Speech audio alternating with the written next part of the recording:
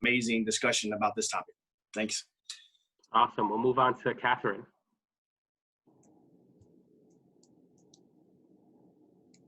There we go. Just for a second. Hi, everyone. I'm Katherine Montero. And I mean, just to reiterate what he said, I am the founder of Global Deeds Foundation. We are devoted to disrupting that cycle of poverty, which is related to the discussion today in many ways. So I'm very happy to be here, and please connect with me via LinkedIn if I don't already know you. My sister, Julia Mejia, is here. Hi, shout out. But I don't know most of you, so feel free to connect. We never know how we could help each other. Awesome. And then we have Father Gyves. I'll unmute you. For inviting me to be with you today. As Reverend Jacob said, not a whole lot more to add. We are an organization, an interfaith organization that really tries to raise consciousness about social issues that are really affecting vulnerable people here in Boston and beyond. And we do it in a number of ways by holding conferences where we talk about social issues. For example, we've held conferences on racism and wealth disparity within the city of Boston. We've had the immigration issue where so many people in Boston can be undocumented. We're going to hold a big meeting in October, perhaps I'll say more later, on the faith and the national elections that are coming up, how crucial they are for us. So more in a moment, but thank you so much for inviting me. Thank you so much for joining us. We have Democratic candidate Stephanie Everett. Thank you. Thank you all for having me. So I'm Stephanie Everett. I live in the 12th Suffolk. I'm running to represent this area, this community that has been my home for over 30 something years. Kind of coined it, I'm the daughter of the community. Everyone's parent is my parent. This community has given me so much, from making sure I took my SATs at a young age to helping me when I had my first child. So this is the next step is giving back to this community. So I'm happy to be a part of this conversation. I have actually lived here long enough to see the good, the bad, and the ugly of this neighborhood, and having family members really relay what was going on back in the 60s and 70s has also been instrumental in a driving force on why I'm running today. So I'm looking forward to this conversation. Thank you. Thank you. We have City Councilor Julia Mejia here with us today. Thank you. Thank you for inviting me to be here. I came to this country during the height of the busing era. So when it comes to all things race related, I usually like to dive right into it. I think that Boston has a long history, and we're at a pivotal point, and we have a responsibility and an opportunity to really rethink how we're going to move forward if we're really going to tackle these issues in ways that really bring people into the conversation, not just calling them out. So looking forward to being a part of that dialogue. Thank you so much for joining us. We have State Rep Nika here with us as well. Hi, everybody. Hi, Jacob. Thank you for having me. Good to see loved ones and new faces as well. You know, how we talk about race and how it intersects with poverty and structural racism goes deep into my roots. My dad was brutally beaten along with our cousins and my uncle by the KKK just a few years before I was born. And that probably is not unrelated to why by age 7 I was in Arambe Aruhu summer schools, learning about our African heritage and making sure I knew not just about what was positive about our people, but what was broken about the world that I was living in. And my dad reminded me the other day in middle school, I said, I'm gonna make sure that there aren't people living in poverty. And he said, I don't think you knew that we were living in poverty at that time. And he said, I didn't have the heart to tell you. But of course, I did figure it out pretty quickly after that, after you start to realize how big the world is. And it's been a long journey from then to here. And I did honestly avoid it for a long time coming into politics. But it is a place where we definitely need more truth and power, and particularly the power of Black and Brown people who come from our backgrounds, as many are represented here, so that we can not only see the structural racism, but also have some stronger ideas about how to address it. So excited to learn from this panel here tonight. Thank you so much. We also have here Bishop William Dickerson. Have I called on you yet? No, yeah. There we go. Awesome. I switched Yeah. to speaker view, so the format that I had threw me a little off, but Okay. Thank you, Reverend Jacob. Appreciate you. I'm a graduate of Boston Latin School. I'm a father of 3 adults. Been married this December will be 40 years. Been in prison, dealing with prison ministry for over 30-something years. A former school teacher and former adjunct college instructor as well. And so I'm glad to be a part of this conversation, and I hope that I can add something to it and learn something from it as well. awesome. Well, thank you so much for joining us. I'm not forgetting anyone, am I? No, right? Awesome. All right, so I will just jump right into it. Again, one of the main reasons why I've decided to have this conversation is because we find ourselves in these community groups. You know, some of us are community leaders, some of us lead communities of faith, but we're all kind of intertwined within this journey for justice, this journey for, you know, the moving towards a progression of ending systemic racism. So I will just jump right into it and, you know, begin this kind of dialogue with each and every one of you guys. So to begin, I kind of wanted to get a bit of the religious response from Father Gyves and from Bishop Dickerson here. The first question that I have on my mind, and that many of people of community of faith have on their mind, is how is systemic racism, how is this pursuit for racial justice a concern to the church, and how is this a theological concern? We, you know, have these, you know, conversations together as people of faith on various different topics when it comes to loving one another and all these things. But how is this a theological problem? How is this an issue that belongs to the church? So whoever wants to jump right in is more than welcome to. Bishop, perhaps you should go if you're comfortable. Oh, okay. Yes. Well, the reference to racial justice is very important. As a church, it has to have a voice. We can't be an echo. And in fact, God made us all. He made us human beings, and we should be responsible for our brother and our sister. And when Abel was killed by Cain, Cain was arrogant in his response to God, towards God. He said, you know, am I my brother's keeper? You know, and the question is, yes, we are our brothers and sisters' keepers, and we must be concerned about their destinies, because our destinies are intertwined regardless of our ethnicity and where we have come from, and regardless of our background. So the church has to be a moral voice of justice and equity in society overall, because God made us in his image, not in physical, but in his spiritual image. In the immortal day, we're made in the image of God, and we're supposed to respect each other's humanity that we bring to the table. And so I think that we'll do less than a disservice if we were not a voice to this hour as relates to racial equity for all people. And we must be concerned about all people, because it's part of our commitment. Even the prophet Amos talks about let justice roll down. And I think that when we let justice roll and we let justice prevail, justice covers a multitude of things, and even race. And so the fact that we have racial tension in this city, and we've had it for years, and in this nation and throughout the world, is not the intent of God. And we must make sure we pray for the peace of the city, because as it prospers, so will we. And so it's important for us to respect each other's humanity and be a voice and not an echo. Thank you so much. Peter, guys, do you have any words? But I'm sorry, please go ahead. No, you're more, just commenting to see if you had anything to share. Yes, thank you. First, I just want to say too, again, thank you for inviting me to this panel discussion. And just to be honest, from where I'm coming, I'm a person of white privilege. I'm here predominantly probably to listen more than to preach or to speak, but I am very grateful for the opportunity.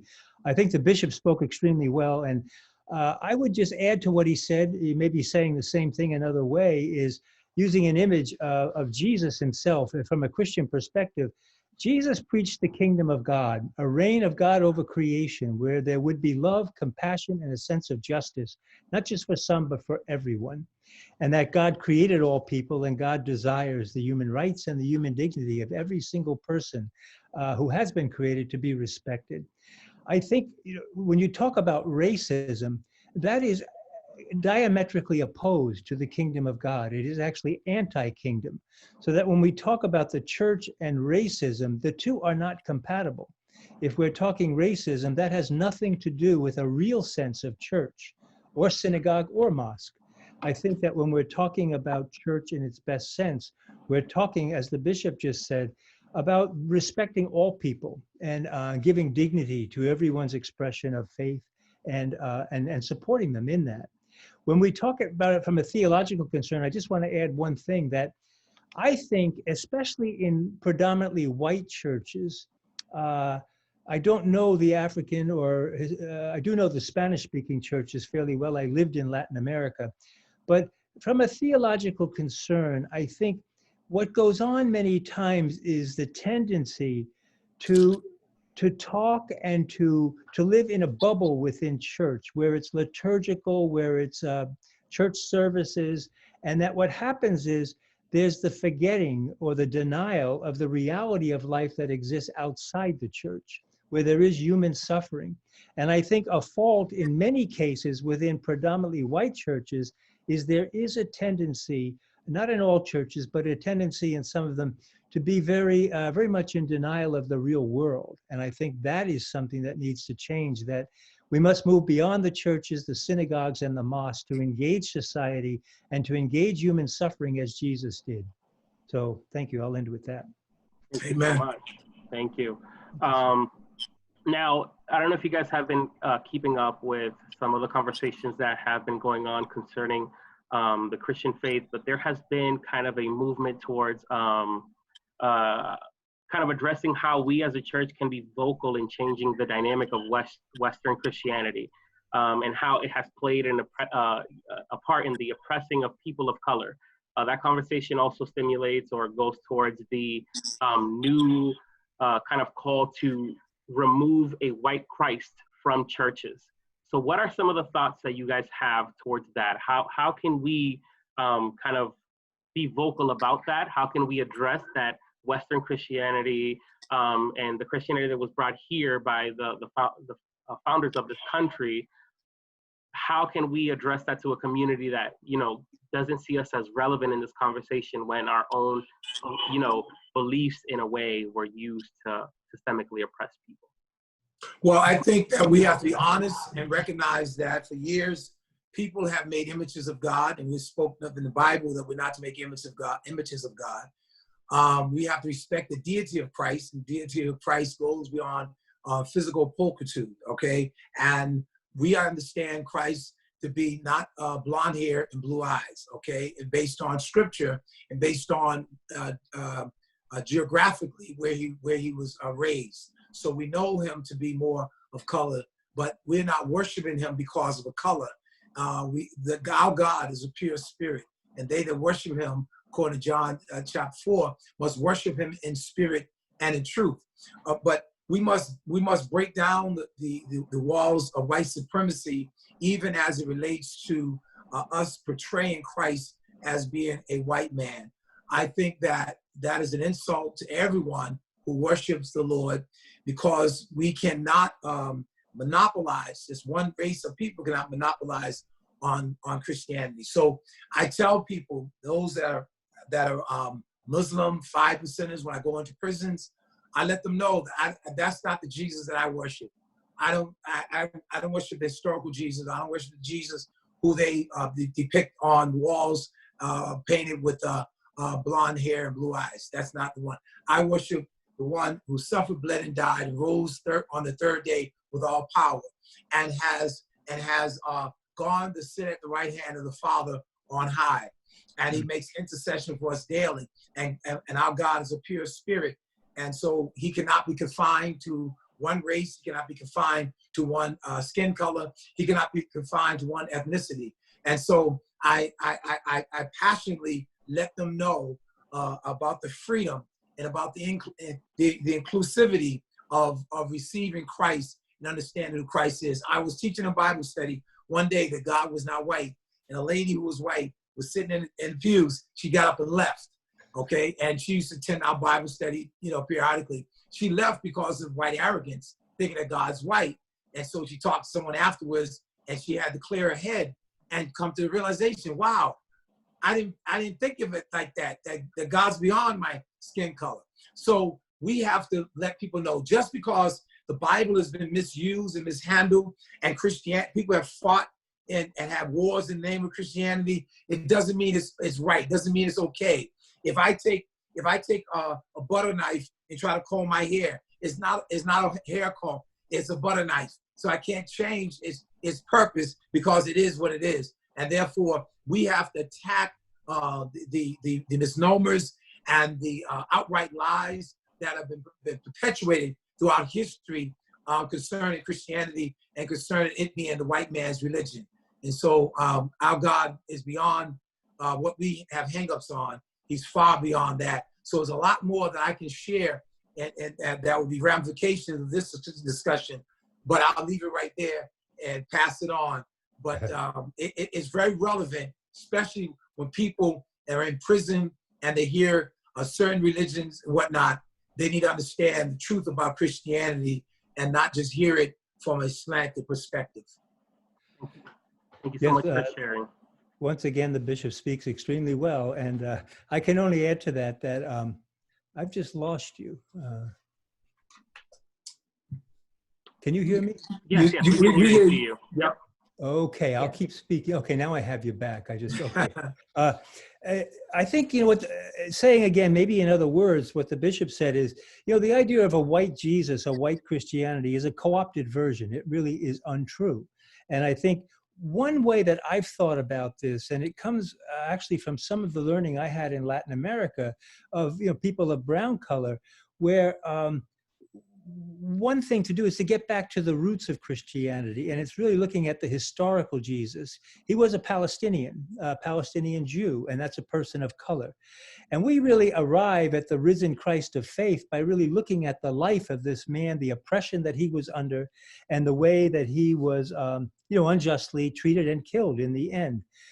From a white perspective, again, too, I think for us, in many of the situations that I'm in, what we need to do is to listen to the stories that are being told, as perhaps the bishop just did, about what is the reality from a person of color's perspective of what has happened. Religion has been co-opted. I think in this country, particularly Western Europe, the same, that it has been co-opted into a status quo, privileged white version of what God is, and it is completely false. So that in a way, religion becomes an idolatrous worship for a lot of people who don't even know that that's what's going on. So I think for us, it really comes down to, I really think one way to look at this is to get back to the roots. The historical Jesus was a Palestinian Jew and a person of color. Now, just piggybacking off of that, and either of you can jump in, do we believe that one of the many solutions to this would be to dismantle kind of the depiction that is, perpetuated between, the stained glass images of these different churches across America? Do we believe that rebranding and introducing a Jesus of color would be the correct response? And in doing so, do we believe that that would then kind of dismantle this white savior complex that is found within systemic racism? Right. I think that's very important, because idols, images, and all those things, they do matter, especially to impressionable minds like youth. They tend to look at what they see, and then they talk about it, or they try to emulate it. That's why like television is so impactful in young people's lives, most of the time for the negative, And I think that if there was like a mass movement in that regard, it will show the sensitivity of the white community. But I think that the white community, many of the evangelicals even, they like to embrace the fact that they have a monopoly on a white Jesus, and they have a monopoly on Christianity. Both are wrong. And I say this very directly because I was a teacher at a Christian school years ago, and they told a lie in this book that Black people should be appreciative of white people, because if it had not been for them being enslaved and brought to this country, they would never know who Jesus was. And I was shocked that such literature was put in those books, then we were teaching these kids, and it was known as a great curriculum. But I had to challenge the administrators in regards to that, because that's not something I taught. It's a lie. It's a lie, just as well as a lie that Christopher Columbus discovered America, you know. And so I think that when we remove these images and we insert the real truth, then those that are outside of Christianity, because they feel there's no cultural connectivity or no ethnic connectivity, then they will begin to say, oh, wow, the truth is being manifest. Let me hear more, you know? And so I think that will be a great start, but it will be a fight from the church community, because in the church community, we have no problem. White churches in Boston, for example, have no problems with hearing our choirs sing. They, oh, bring your choir, bring your choir. But they often, you know, very few will say, I want to hear a word from you, a Black pastor. Because a lot of them say, when I see you, I don't see color, I see a man of God. Well, I don't like that, because you don't have to ignore my Black skin in order to appreciate who I am. The fact that we can appreciate each other's skin color, it's a wonderful thing. Diversity is a wonderful thing. But the truth, we'll know the truth, and the truth will set us free. Amen? Thank you so much. Other guys, any additional points? Yeah, I would just say, maybe in agreement, the idea that, you know, maybe analogous to what's going on in the country right now, the idea of taking down some of these Confederate general statues and the naming these army bases, taking the names off of some of these people who were slave owners. Analogously in the church, that it's a sign, it's a symbol of changing and of conversion, really, of saying that we are going to change some of these images. I can just, you know, a short, brief story is I remember once at Christmas time, a church really promulgated a Christmas card from the church itself, and it had Mary with the baby Jesus, and it was a blonde-haired, blue-eyed woman with a beautiful little baby, and people said, "Oh, isn't this so beautiful?" But it really just demonstrated the lack of understanding of you know, an image of who God really is, and in the world we live in, that it is not what we have been brought up, especially white people, have been brought up to believe. So I think some of these changes are a good way to begin, but I think then really education of really trying to teach people at the church level of really the history of who this person was, Jesus. Thank you so much Right. for sharing. Amen. Thank you, thank you. I have a few more questions for you, but I will save those towards the end. We will be moving to speak with Councilwoman Julia, Stephanie Everett, and State Rep Nika, who will be sharing with us next. I just have a few questions concerning kind of the civic responsibilities of the local people in office. So I will begin by just sharing the question, and then whichever one of the three would like to participate can go ahead and do so. My question being, just generally, where does the passion for your civic work come from, and what are the motivations behind the work you do in the community? We can either, why don't we start with Councilwoman Julia? Sure. So I'm hearing a little bit of background. I'm not sure if it's coming from my computer. Okay. Well, I mean, where does it come from? I think for me, it's been my entire life journey. I talked about coming to this country at a time when there was a lot of racial angst, and at a very early age, having to help educate people that just because we were non-English speaking, or because we were poor, or because we were of color, didn't necessarily mean that you could just easily disregard us. And so at a very early age, that was my, since the age of 9, educating people about how to treat people who were different than them. For me, it's been part of my journey, right? My first experience with racism, I think, is one of the things that you had asked us to talk about. I was probably like 10, or anytime between 10 or 12 years old. I was riding a neighbor's bike, and a young person who lived on my block, who wasn't happy about all the Latinos and Black folks that had moved to his street. Well, he wasn't happy about us being there, and he sicked his German Shepherd on me, and the dog ended up knocking me off the bike and biting me. And I think for me, that really also set the stage for just the struggle about the racism and the segregation that exists here in Boston. And I have dedicated my entire career to speaking up even when people don't want to hear what I have to say. And more importantly, creating space for other people to do just that, right? So for me, it's a combination of just my own lived experience and navigating systems that were never really created for me to thrive in, that has continued to inform every decision that I make now as an elected official. I think that for me, my life's purpose, my mom, my grandmom in particular used to say that, God brought me on this earth for a reason, and that everything that I was going through, there was a purpose for it. And I think that I'm living my purpose now as a city councilor. And for me, it's really about creating opportunities for people to speak their own truth and making sure that those who are living the realities and doing the work are informing our thinking. And I think when it comes to racial justice, I recognize that it's uncomfortable for a lot of people, but we have to be uncomfortable during these times. We can no longer think that things are going to change and do business as usual. I think we have to get real about race, and we have to speak our truths in ways that make ourselves vulnerable. We also carry our own trauma into these conversations.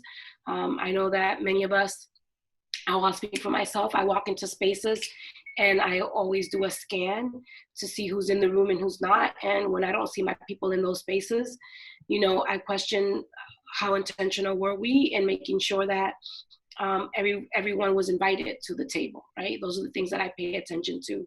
And then one last thing that I will say in regards to the issue of race here in the city of Boston, and what drives me is that, I'm an Afro-Latina, I claim my Black roots. And what I find here in the city of Boston and just in general is that a lot of Latinos don't identify as Black. And I spend a lot of my time educating people that the only thing that separates us when they abducted our ancestors from the motherland is the port that we landed in. And if we don't see ourselves as part of the Afro-Caribbean diaspora, then we're doing a disservice to the conversation. So I think it's really important for us to recognize our roots and to speak truth, even when we want to act and disregard it and act like it doesn't exist. The struggle is real. Thank you so much for sharing. I too kind of follow within that part of having family members within my own home as being Afro-Latino and having those tough conversations with them, having, grandmothers and aunts who will make comments such as, we want to whiten the race. These are the types of people you want to bring into your home, but it is, the ignorance of years of intolerance that were taught to us that needs to be dismantled as well. So I thank you so much for sharing that. And, thank you so much for representing such a great community here and bringing change towards that. So thank you so much. State Rep Nika, again, I'll just reiterate the question. How has, where does your passion for civic work come from? And what is the motivation behind the work that you do within your community? My internet cut off. Did you say my name in the middle? Yes. Oh, okay. Since nobody else was speaking, I was like, that's probably me now.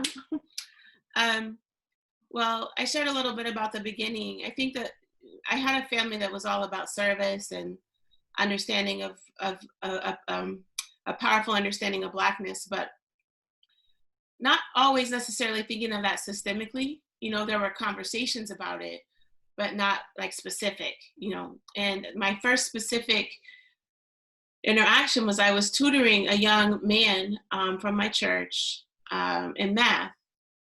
And I didn't really know what I was doing. I had just offered that service as a 14-year-old girl to the middle school kids. And so we got to the end of his semester, and on the church van, he got on the bus and gave me his report card. He was so excited. Nika, I got a B. And I was hoping it would be in math. It wasn't. So I opened up the report card, and it was all D's and a B. And I suddenly realized something. And I said to him, honey, tell me, I'm sure I didn't say honey then because I'm almost 47 now, but I said, tell me your, what you got a B in. And he couldn't tell me. And I said, well, just read it to me. And he couldn't read it to me. And he was in the 6th or 7th grade. And he had gotten a B in gym. And he could not read that word, nor could he read any other word on the report card. So in these days, we still have, what do you call them, payphones? So when I got to school on Monday on my break, in those days it was a dime, and I put the dime in, and I call his school, and I asked to speak to his teacher. And I've always sounded younger than my age. I'm sure when I was 14, 15, I sounded like a 5-year-old. So I'm calling up like, hello, I'd like to speak to, such and such a teacher. And long story short, the teacher was like, well, you need to talk to the principal. Because the question I asked was, how many Black boys in your school are you passing up to the next grade with a D average who cannot read? And you have to talk to the principal about that. So I talked to the principal. You have to talk to the superintendent. So I call the superintendent's office. And you know how, and this is over several phone calls, because I got to come back for the next break. And the next break, over several days, passed around. There was no such thing as even voicemail back then. You're leaving literal messages in the answering machines. And at some point I realized nobody cares. And now as an adult woman, I realize that's a more harsh assessment than reality. But the impact is as though nobody cares. So what is the difference really? And that's when I decided I'm going to work on these systems, because until we are in them, running them, we're not going to change them. Because even the people that go there, something happens, and the difference between them and somebody that doesn't care is imperceptible. And so, and I was a boycotter after that, whatever I could figure out to boycott, which I'm so proud of those days. But at some point in college, I realized none of my boycotts were changing any system.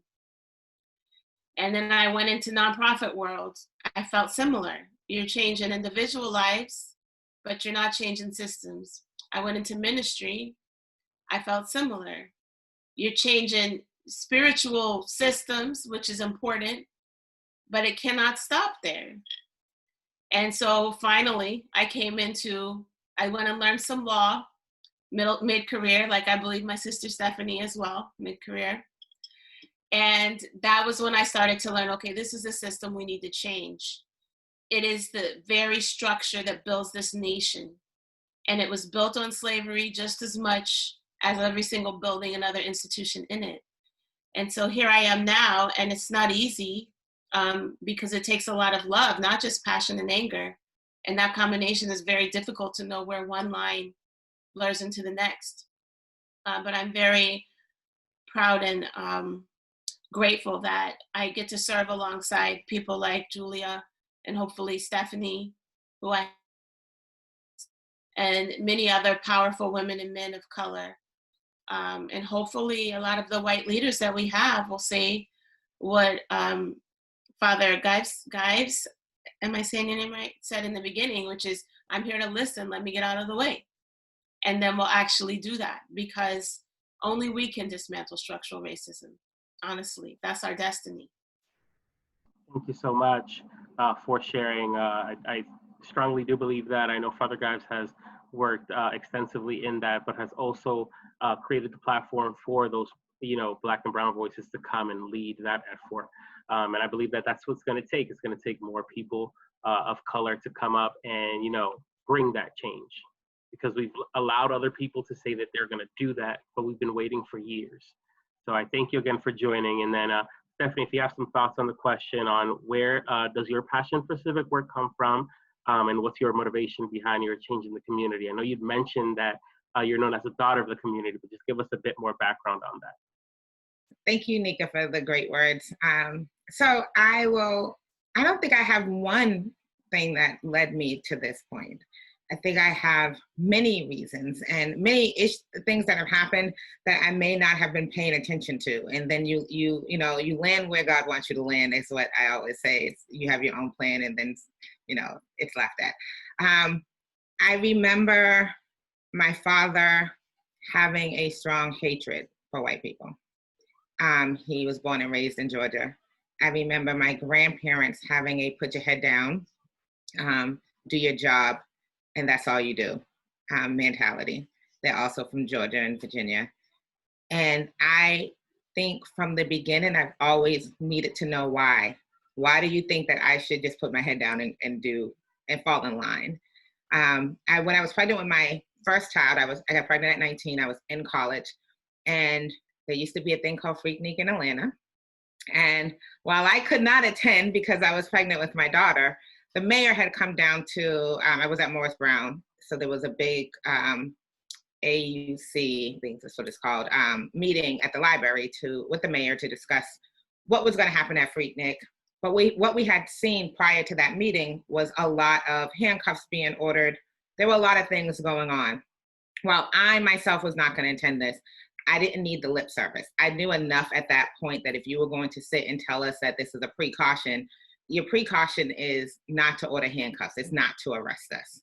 And having this strong yelling and screaming moment in college at 19 years old with a mayor who looked like us, right? He was standing up there as one of us and telling us the reasons that he needed to protect the city from us and those of us who would be traveling into the state. And it was just disheartening. And all I could do was yell and scream. My father had a very strong disdain because of growing up. He was born in a shack in Georgia. He saw racism at its core, the things that many people are watching on TV, he had to experience. And being poor and Black in Georgia, where racism was a huge part of their lives, it was their lives. That, you know, he was part of where you could eat at, where you could stand at, what you could not do. He was part of Jim Crow. He was part of all these things that really shaped who he was. I have an aunt who was unfortunately during, I know Councilwoman spoke about the busing when they started to integrate schools in the South. As you have seen on TV and heard from family and friends, there was a lot of uproar about that. And my aunt, unfortunately, came across a man who thought that her head should hit a pillar. And to this day, so I know her as having a disability, but I didn't know that she was not born like that. She was born like that as a result of a racial violent act being done onto her. So my father's anger came from someplace. I didn't know where it was at. I tell the story about how I learned how to drive here in Boston from here, learned how to drive here, but my father insisted I learn how to drive in Georgia. What he was teaching me was how to drive Black. These are things that we don't talk about a lot. We don't talk about how we send our children to driver's ed, but then we have these other conversations with them about how they should drive and how they should interact with the police. All of those things, even as a mother with 4 sons, those are conversations I've had with 3, 1, 7. I haven't had it with him yet, but I've had them with the older children and just looking in their eyes and trying to figure out, where am I coming from? What is this about? We have a lot of work to do. This is not anything new. We hear all the time, when this first started happening, there was a lot of, well, this doesn't happen in Boston. It absolutely happens in Boston. It absolutely happens in Boston. And when we start trying to lessen it, when we allow our peers to lessen it and say, well, that didn't happen here, they're negating the fact that we have an experience that we should be allowed to speak about. I have, Pastor Dickerson was part of this. We did a See Us, Hear Us candlelight vigil in, I think it was June, either earlier this month or late last month, in recognition of all of the protests that were going on. And also just getting calls from people wanting to know, what do you want from me? What should we do? And realistically, what we need you to do is hear our stories. You need to see us first in order for you to hear us. And then you need to acknowledge it. We don't need the excuses. We don't need to know why you believe something to be true or why this happened, because we live it every day. So hearing what we are saying is more powerful than anything else, because to this day, we're not really heard.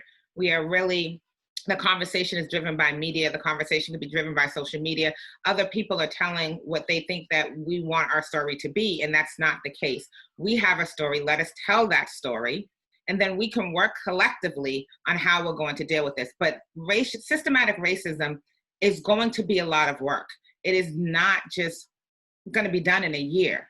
We'll have a vaccine for COVID-19 before we really get to through the surface of what systematic racial tensions are in this country and how we start to dismantle them. It's going to take time, but we have to be persistent. I'm hoping that in this uprising of civil unrest in this country, where people are starting to see it, that we actually start to move towards some real solutions and not just Band-Aids. Band-Aids are the emails that we all have gotten saying what they're doing and recognizing Black Lives Matter, but no one is telling you that their cabinets have changed, their boardrooms have changed, their hiring practices have changed, that they are paying, they're making sure that they're going through their payroll to make sure everyone's getting paid equally, regardless of their race. Until those things happen, we really haven't started to do anything. You just sent me an email to make yourself feel better. Thank you so much. You know, even piggybacking off of what you just said, it's just, you know, the holding those people in places accountable for that.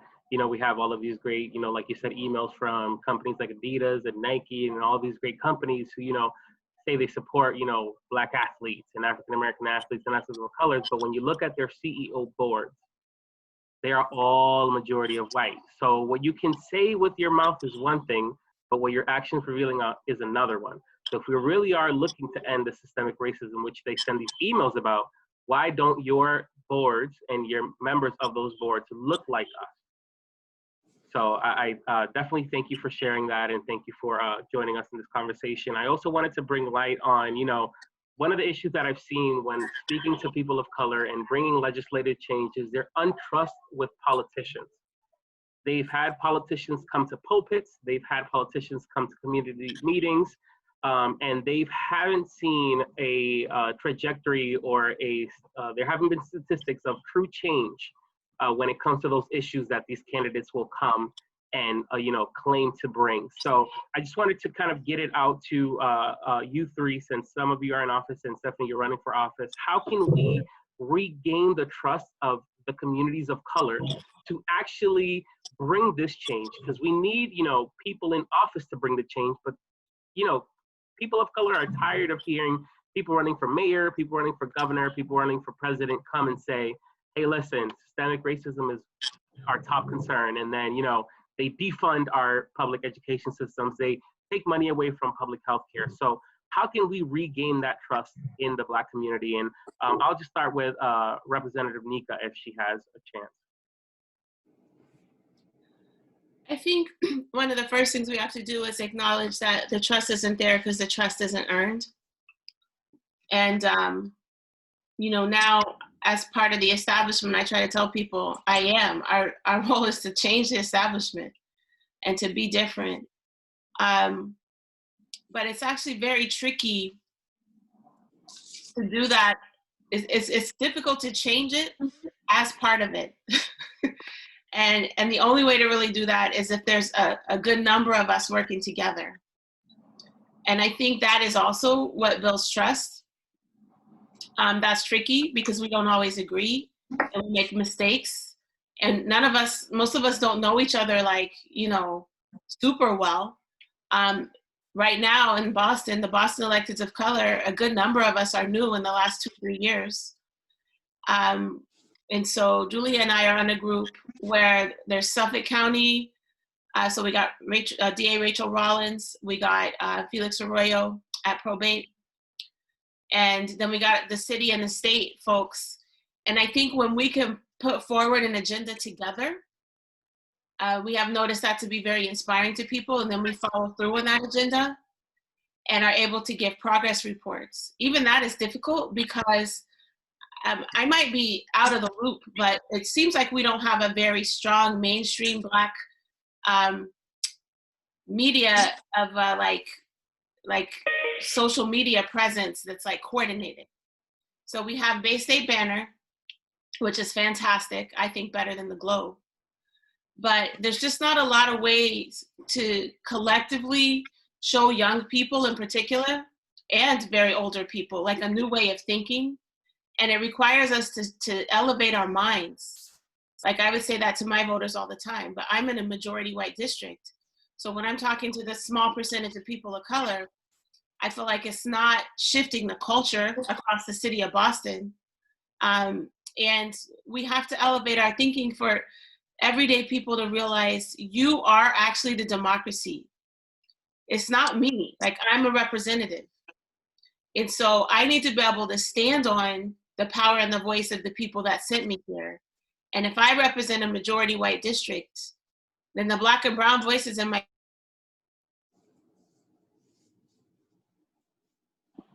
I live in a part of the city where white people try to be sort of down on the Black and brown issues. But as we know, there's a difference between having that heart and knowing what you're talking about. Like I said earlier, nobody knows what it's like to be poor and Black, except for a poor Black person. And so, like, nobody knows. Like, you just don't know. You can't read enough about it to really understand. You can't spend enough time next to people who had that experience to really understand. And so we gotta find ways, and I don't wanna shift the buck at all. Sorry, that's not the phrase, but you know what I mean, pass the buck. I'm not good with idioms, even though English is my first and only language.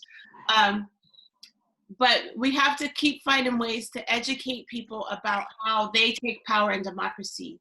One quick example I'll give, I, before COVID, would regularly I think we lost you there a little bit.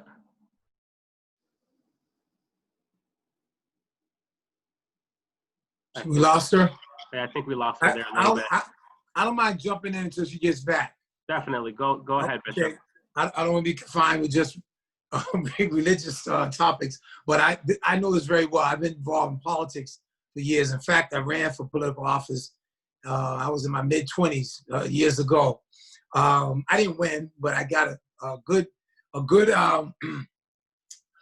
baptism in Boston politics, may I say. So the reason why a lot of politicians lie, and they lie, but I'm not saying that they are just liars per se, but they lie because it's a part of the culture of politics to lie, to say what you want. In other words, what you think people want to hear, you say it. That's one thing. Secondly, there are people that can be very deliberate liars. They can tell you they're going to do this, they're going to do that, and and they just don't even check out how it can come into existence. But then there's some people that lie, and they really think they can make the change, but they don't realize that when they make promises, then some of the things that they are promising have to be voted on by other people within their within whether they're a city councilor, whether they're a state senator, whether they're a state representative, etc.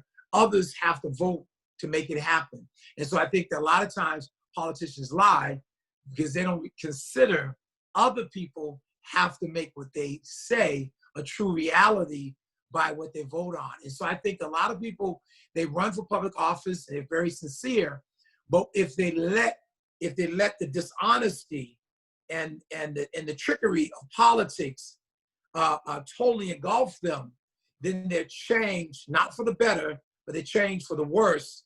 And they only have a lot of sound bites and not a lot of practical hands-on things that can be made manifest. And so I pray often for the younger politicians that are coming into it, because I see the sincerity of their heart. See Nika on the line, and Julia, who is a sincere woman of God, that want to do the right thing, but because of the surrounding around them, it's a lot to take on that and maintain your integrity, maintain your fight for the community, maintain who you are, and don't get lost in all the madness. So I pray for politicians, especially those that I know that want to do the right thing. But being in politics, and especially within Boston, it can be a blood sport, and we have to be very careful of who we align ourselves with, because your friend today can be your enemy on tomorrow in politics. Could I just jump in to keep that string of thought going? I remember being in your church at Tabernacle, and my first time there, usually I struggled with this whole idea of going into the faith-based spaces to be in community because everybody was telling me that I need to show up at churches so that people can see me and get to know me. And I struggled with that because I didn't want to be one of those transactional people that only showed up in certain spaces just because I happened to be running for office. That's why we don't believe a lot of politicians. I'm serious, because everything's transactional. But it took me forever before I stepped foot in anybody's church, because I was struggling with that in my heart. And I went to Dickerson, I went to your church, and I sat there in tears, and I cried, and nobody even knew who I was, because my heart was so poured into in that space. And I saw the role that church plays for so many people that I didn't even want to say anything. I didn't even want anybody to even know I was a candidate, because they would be like, who is this emotional being up in here crying? So I left there quietly. He came over and prayed on me. Everybody thought I needed therapy, but let me just tell you, it was being in those spaces that really helped me understand why so many people do not believe in politicians, because there's a playbook out here in terms of how you run for office, and it prides on people who are feeling emotionally drained, who are carrying the weight of the world on their shoulders. We're dodging bullets out here every single day, and we always give people lip service. We're telling people what they want to hear, and I think that is the biggest mistake that we make. And let me just tell you that one of the things that I struggled with during this election was I didn't want to leave myself at the door so other people can feel comfortable. I show up as exactly as I am. I speak the way that I do, and let it be, right? But what happens is that we walk into spaces and they want to whitewash us, right? They want us to show up, and they want us to tone down our little passion. They don't want us to be real about the inequities. And I'm not here for any of that, Right. We won, right? In Black and brown communities, Dorchester, Roxbury, Mattapan, Hyde Park, and East Boston. That's it. And so when you know who puts you in office, then you know who you're there to represent. And that makes it a lot harder for you to lie, because you know that who you're there to speak on behalf of are the people who you're responsible to. And I think that is what we need nowadays when it comes to people who are running for office. We have to be unapologetic about who we are and who we're fighting for and why we're fighting for them. And we have to ask people to take a little seat at the table, right? Step to the side and let other people step into their power to lead. And that takes a lot of humbling. And there's some folks who aren't ready for that. But if you're really serious about uplifting Black and brown voices and our experiences, then you have to be willing, right, to recognize how you, through your policy making or lack thereof, have created the same systems that we're now trying to change. And I think that is where the work begins. And I think that and I refuse to take on the title of a politician. Anyone who calls me a politician is I refuse to claim that I'm an elected official, because politicians, that's a word that just does not sit well with me, because we're breeding a whole new generation of folks who are speaking their truth and are being unapologetic about that truth. But Julia, you are a politician, but you have to be a game changer. That's like me saying I'm not a bishop. I'm just who I am. I have to be a game changer when it comes to bishops and how they interact with people. And you'll see me in the streets. You'll see me at different places. I'm with the people. Get what I'm saying? And so you have to be the game changer to say, this is what politicians nowadays look like, and wear it proudly, because once you do, you can inspire other young people that look like you to do the same. And I won by one vote. Yes, one vote. I am that one vote wonder, and I got that vote at barbershops, barbecues, baby showers. I got those votes came from my neighborhood, and I'm so proud of those votes. Amen. And my churches, because y'all were praying for me. That's right. You know what I'm saying? Big time. So thank you. Can I want to answer this I want to address this. I think that, I don't know what happened to Nika, but one of the things that I will say, that the reason why people will say we can do these things when we get into this office is because they don't know what that space looks like. Mm-hmm. So you have this belief that I'm going to run into city government, state government, or federal government, and I'm going to make these changes because I want to make these changes. Having worked in the State House, I can tell you it's all about relationship building.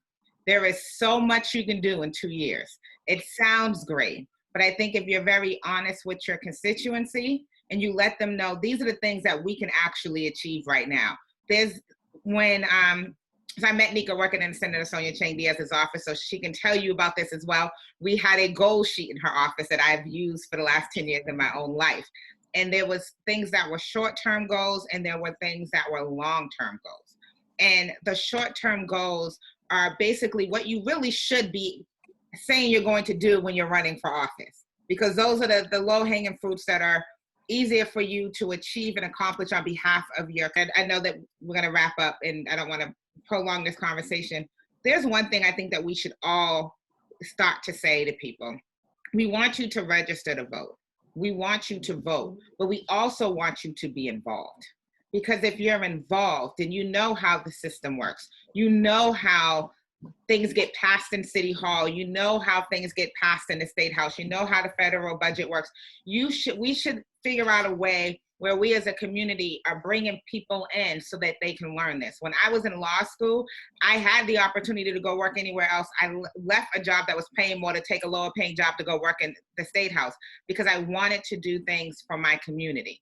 And I also wanted to know how everything really worked. I was doing advocacy work, but I didn't really know the details of it. Being in that building is completely different than just advocating for one line item. But I do think that we just need to be more mindful that when we tell people to vote, we also want them to still be involved.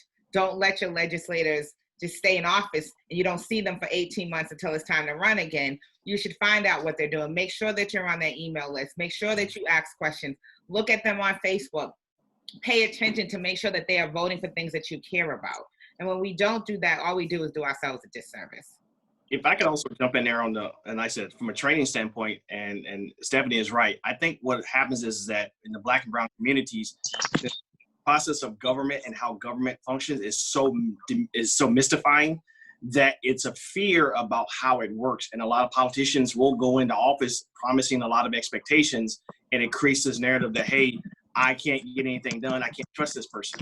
I hope that all of our elected officials will do more to engage our communities of color to say, listen, let me create a program, like a civic training program, to get you into the process so you can understand how many people know how the budget is passed in the state of Massachusetts.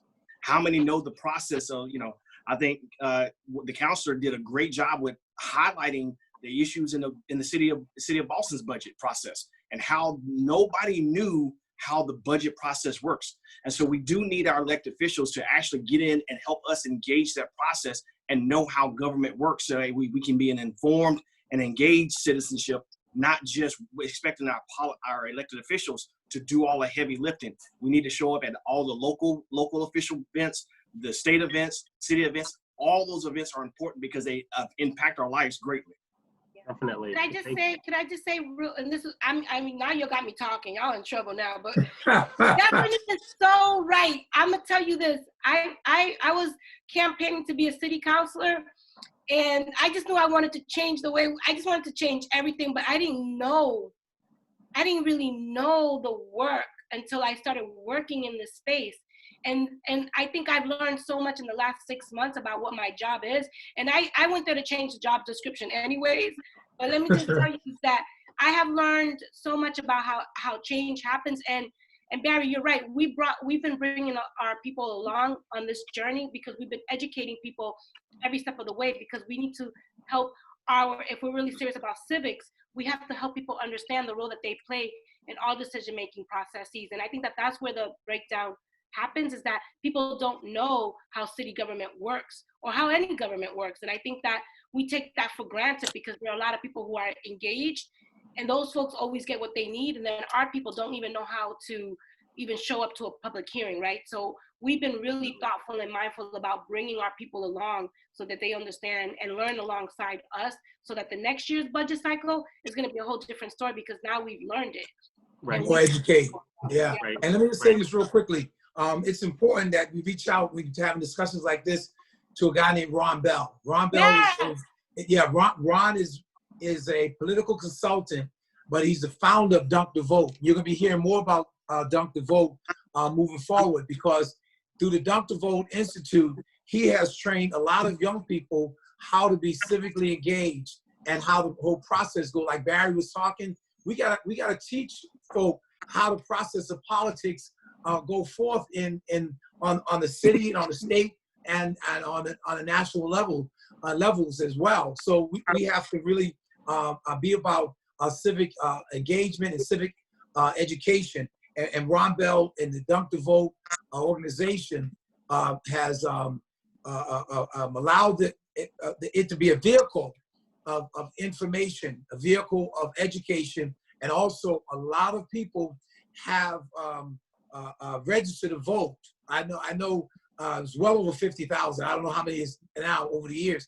Having registered to vote, and that's so key when you're registered. But it's really, really key when you're educated about the process. So, brother, you was right on. You was talking about that. Thank you. Definitely. I also want to plug Jacob real quick. The Commonwealth Seminar. Definitely. Yeah. Me and Jacob actually graduated from the same class. And what I will say to you is that Which class was that? The Commonwealth Seminar. Oh yeah. And what I will say to you is that I'm from the federal background, so I understand the federal process. You know, I understand it. But the state, I had no clue, and then the city, I once again didn't have an understanding. But that seminar helped me better understand how to engage my elected officials and know how to ask the right questions, what things I need to be understanding, what boards and opportunities out there. And so I think one of the conversational thoughts that we had on this program, this meeting was, what's the next step? We really need to take this activism energy and get it engaged in the civic process. It can't just be go out there and protest and everything else. It's got to be an engaged community that's demanding of its boards and leaders of the stuff that we want, not just waiting for our elected officials who are trying to lift this heavy weight to do it by themselves. No, we need to get behind them and be at those meetings, sitting on Facebook, at the city halls and town halls, asking the questions, pushing on them to do the right things. But we need to understand the process, really understand that process, the civic process. And Definitely. on that note, I just wanted to interrupt really quick. I don't know if you guys can hear me well. I know we're going to wrap it up, but of course, We got some time. If you guys got time, All right. we got time. So what I hear, I've been taking notes on what you guys have been discussing, and it's very, very inspiring. And I hear we need to learn new things. We need legislation. We need to unlearn. But how do we legislate morality? At the end of the day, this conversation is about undoing racism, systemic racism. So at what point does the parent become responsible for a child's action? And what is the financial value of someone else's integrity? Like, how do you hold parents accountable if we are going to target the culprit of this problem? Okay, if we are going to target the culprit of the problem, I mean, there's no silver bullet against any systemic issue. There will always be different factors contributing to a systemic issue. Right? So how do we target this problem in an efficient way? Integrating learning systems to unlearn, right? Things that have hurt us throughout the years. And how do we really push legislation to the point where, you know, kids in middle school, high school learn the process? Legislation be brought to the public school system, not depending so heavily on the nonprofit system to develop 300,000 programs after school. Why can't we just work with the schools? I mean, I represent the nonprofit sector, and I also worked as a teacher. I started 17 years ago as a chemistry and biology teacher. But we really need to collaborate. It's the most important thing. We cannot leave outside of this conversation the people that, number one, are causing the situation. You know, we need to integrate people into this conversation and be very upfront about what's happening and how things should be running from this point on. So one of the things that we push as an organization, Global Deeds, is, we were going to do the civic engagement fair at the State House, and that whole project, was about bringing low-income students from gateway cities in Massachusetts to the State House to sit at a table with their legislators, learn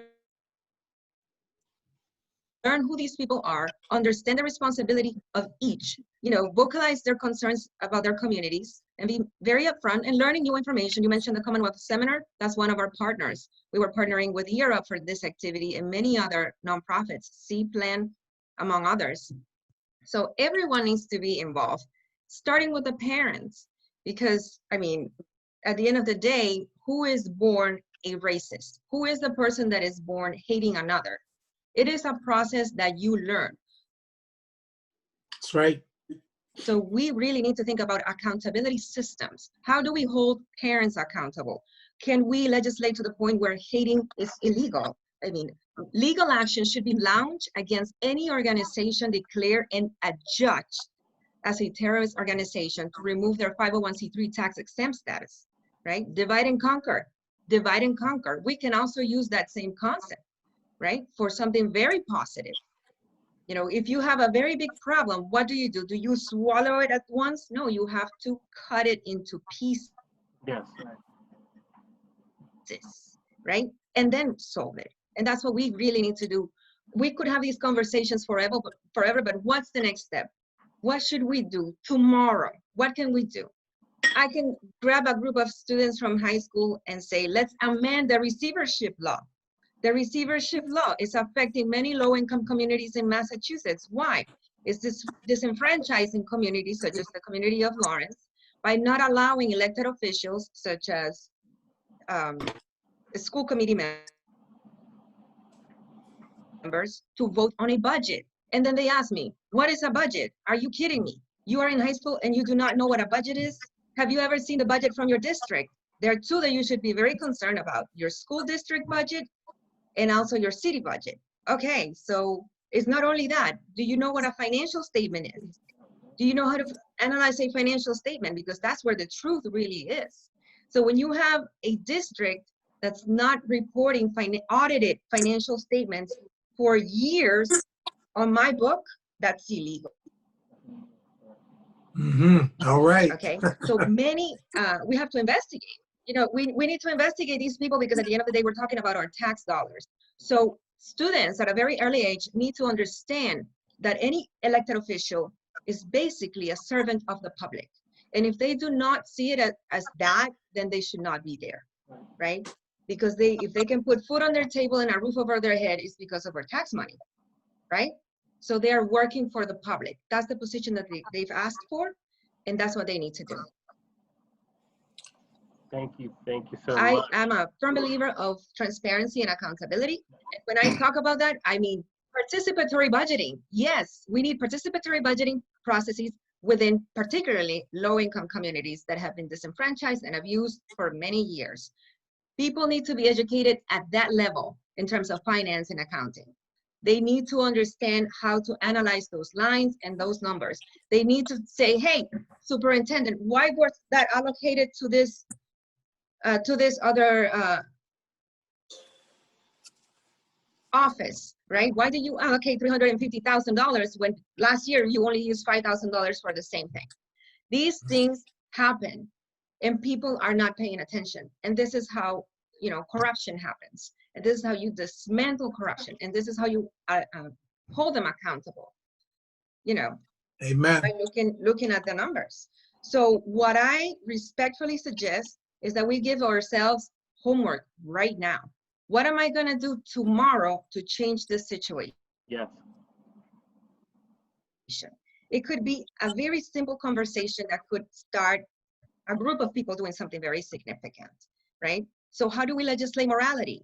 Why don't we create a new bill? Why don't we amend the law? What are these people at the State House passing? Which ones are those bills? Let's read the law. Let's see what they stand for. I want to know what's in their mind. If it's not convincing me, I don't want them there. If it's not serving me, I do not want them there, okay? So I need to see what's in their mind, what they are writing. Definitely. Okay, so why don't we take a few students and talk about legislation? What are those politicians passing?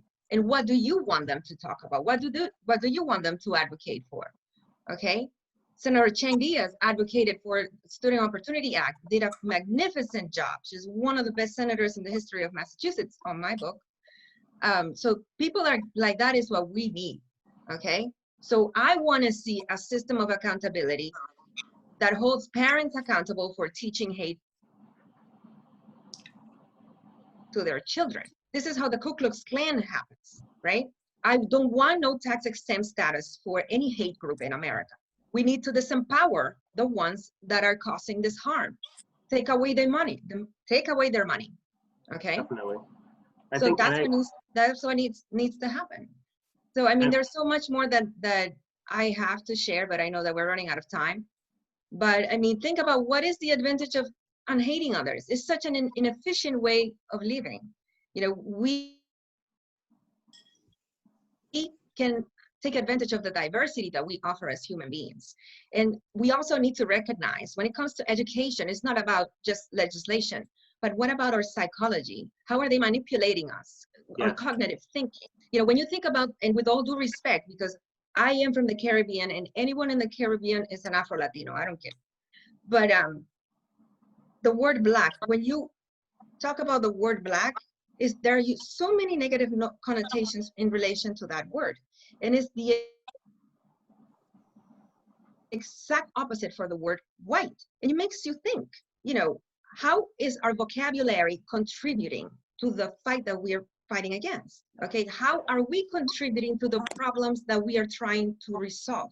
Definitely. You know, we have to compromise our own beliefs in order to see progress, even if we're dead by then. But maybe our children or grandchildren may enjoy a better world if we do something about our vocabulary or how we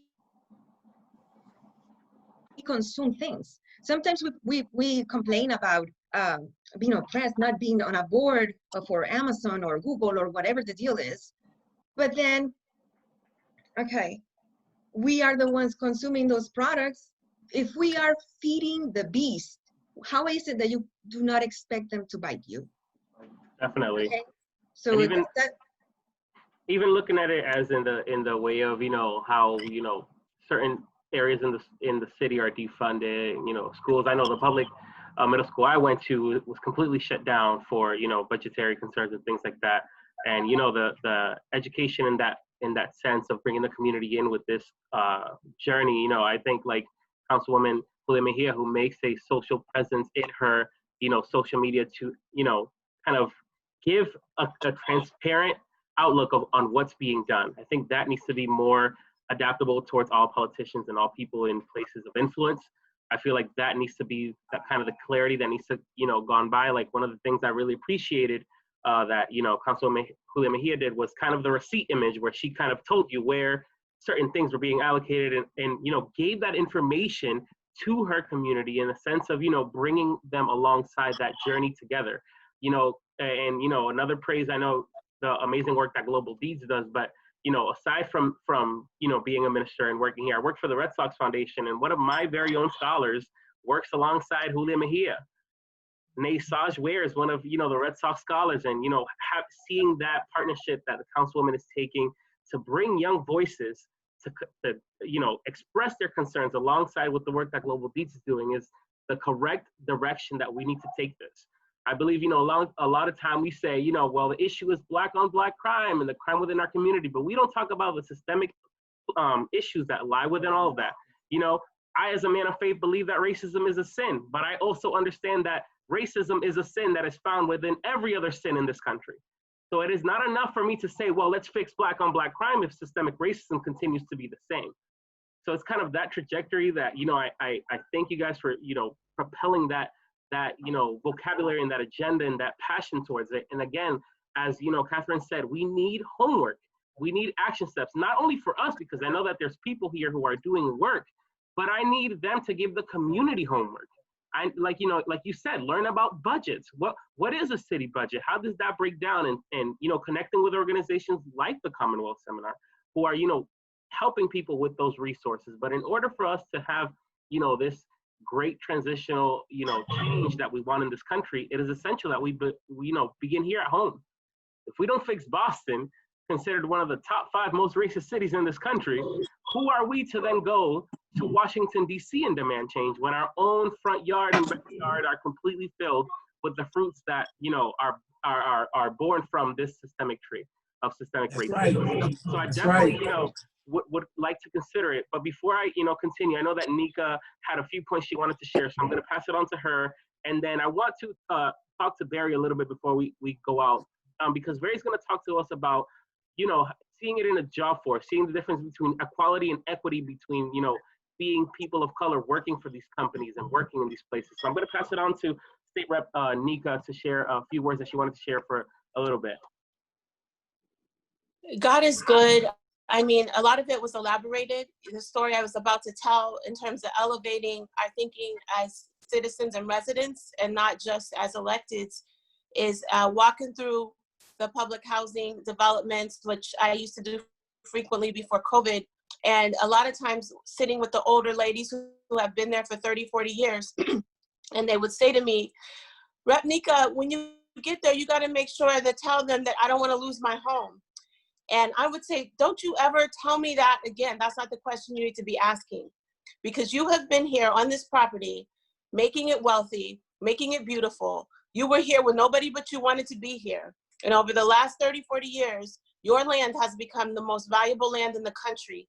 And there is no excuse, it's unconscionable that you should be worried about losing your home. What you should be saying to me is, Nika, I have invested in this land for decades. My children and my children's children, and now my great-grandchildren are being born here. I expect a return on my investment. And that's the kind of mindset we have to shift, because it starts in the visible things like the budget, which we had, 5 brave city councilors, Julia Mejia, one of them, who not only pointed that out, but walked behind it. But it goes deep, because like if you look at housing, right now, everybody's fighting for what? I co-filed the bill on tenant protections. What is that? What is tenant protections? It means after something bad happens to you, you have some kind of protection. It means your skyrocketed rent won't go even higher, right? Is that really the mindset where we want to stop? No. Why is it that there is no affordable housing? I did some digging into that. And you know what? We have over $1.2 billion and land that could be used for affordable housing owned by the state. And who knows that? Who sees it? Who gets it? Every 6 or 7 years, a big corporation will get access to that through a very complicated, legal process that is codified. And even if a housing authority wants to use that process, the last one that tried, it took them 7 to 8 years. And the deal fell apart in the end, because of the complicated rules and laws that make it difficult for anybody who's serving poor people to do that. And so we're shifting those laws. And that's not a sexy thing. It's geeky stuff. Like some of this use of force stuff that's going, some of the most powerful use of force law is going to be if we're able to change the standard from a police can do what's reasonable to him to a police can do what's necessary only, right? Those 2 little words change the entire meaning of the law. It doesn't matter what else you say they can't do, as long as it's undone by it being reasonable, right? And so we have to elevate folks' thinking so that they understand what's going on. And I love what Katherine Montero said. It sounded like a script straight out of our office, because we literally open up the state constitution, and all of them are highlighted for the children, where they have a guaranteed right of education. And we show them that, and I ask them, are you getting equal education under the law? And we talk to them about who's paying my bills. We talk to them about the fact that their families, and if they're over 15, 16, are paying for me to be here and represent them and what that means. But we need a lot of help with that. Unlike city councilors, most of us state reps, especially the Black and brown state reps, all but one of us have only one staffer on the House side. We just have one staff person. And so if civic education people will come in here, we can break down and say, like, look, this is how we've broken down housing law. And these are the bills we're trying to push that don't have a sexy name that gets picked up in the media. Do you know what I'm saying? And take that information and break it down, just as Julia Mejia and her team have done on the budget. But we need a lot more of that, because it's the nuts and bolts. It doesn't just stop with the money. It goes into not only criminal law and things people stereotypically associate with us, housing, education. That's what Sonia did. She broke it down into its component parts and said, which of these impact low-income families the most? And that's what we have to learn how to do. And honestly, everything else that we do will come to naught if at the end. I think we lost you there.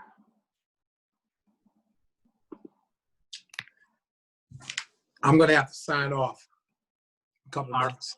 All right, Bishop. We will conclude shortly. I think Nika had a few more Sorry, points. I got the two devices going on. There we go. Because my internet section is bad. I don't know where it cut out. But my last line is just, at the end of the day, if there's still racist thinking and mindsets that are controlling when the pen goes to the paper, it doesn't matter the color of the skin that's writing on the paper. We have to get out of a poverty mindset and understand that our people are investors. We built this country and are still building it. Still today, building it with getting no return on that investment. And so we need to have your advocacy teams come in and really systematically help us teach people, because we don't all have a staff to do that. We got the one staffer at the House of Representatives. And so kids come in all the time, 10, 20 at a time, but we need all of our kids in every school and every classroom to understand how to break down housing, to understand how to break down public housing and the history of racism and white savior mentality that's built into it, to understand how to break down education and criminal justice. Those laws are where structural racism lives. And that's the difference between structural and systemic, which is everything. The structures can actually be rewritten, and that's what our people need to be demanding. Amen. Well, thank you for sharing that brief point. We will be wrapping up soon. The last few things that I wanted to kind of touch upon in conclusion to these good points is Barry's perspective on, Barry has very experiences when it comes to the workforce and kind of addressing systemic racism within that and the racism that lies within the hiring practices and, you know, getting people of color into those jobs, just looking at various statistics and seeing how, you know, similar resumes with different names, with, you know, names that sound, you know, more Afrocentric and names that sound more Caucasian with the same exact references and qualifications, the Caucasian sounding names will get more calls. Statistically, 50% more calls, and from Hispanics, it's 24% more phone calls from job practices. So I wanted him to touch briefly on this struggle between equality and equity within the workforce. And then I'll wrap it up with one last question, and then we can all be on our merry way. So Jacob, I will say this, and this has been an amazing discussion. I think the one thing that we want to talk about when it comes to the workforce is the cultural pressure that a lot of people that are in the job market face. And so a lot of people come out of our communities and they're struggling with the idea of needing to have a job because they've got family members, they've got responsibilities, and they have bills to pay. And so sometimes they go into cultures and organizations and can't really voice their opinion about the issues and concerns about opportunities, promotions, pay raises, and everything else, because they're just simply trying to survive. And so one of the things that we really have to do, and organizations have to do, is really build into their culture and their organizations, getting the need to get rid of the barriers that already exist within the employment structures. Recruiters, people that look at retention and other practices that happen all the time are not set to allow the basic hiring of individuals to get a good paying job. And then we always get caught up on the C-suite, and that's another conversation for itself. But don't just look at the C-suite. Look at the fact that who makes the decisions, or who's in management positions, who's getting the opportunities for promotion or development. That's all the issues. Or one of the things I've talked about was how many people of color have gone into a workplace, but yet they end up leaving because the culture was so toxic to them personally that they could not stand it. Or a lot of people have simply just decided that, look, I just got to grin and bear it. And so they're just there to collect a check, looking for the next opportunity. So there's two things that we got to really do. Number one, we've got to make sure that we understand equity and equality. Equality is, yes, I want to be treated like a person when I come into the workplace. Things that we don't see a lot of is that when people get investigated for issues of workplace discrimination, that report is kept within the organization. You never know what happens to that place. But yet we have managers who have created multiple offenses that are still working today. And yet nothing happens because they're a valuable person, or they bring a lot of money to the organization. The second issue is that addressing the equity, meaning are the tools in place for each individual employee, especially when it comes to minority employees, to advance And there's a clear pathway for them to get to the next level, not just the one token individual to get to the C-suite, but is there a clear developmental pathway that allows this individual to use their talents and giftings to get to that next level and not be pushed off or not end up getting tripped up or leaving the organization altogether because the culture was so toxic that they could not achieve or could not strive to get to the best places. I think we also need to demand, stop looking for the one token, but it should be, listen, I'm smart. And I say this in all sincerity. There are so many leaders at the lower levels who will never get promoted because the organization does not simply want to do it. And there's no transparency in that. You can demand it out of kind of the local government officials and stuff like that, but even that's a problem. But then when you get that individual within the workplace or that one key individual, they don't have the budget, they don't have the ability to make changes. I've been in a situation where I've seen them hiring more diversity inclusion coordinators. That's the big trend now, hiring more D&Is to come in and do analysis and create strategic plans.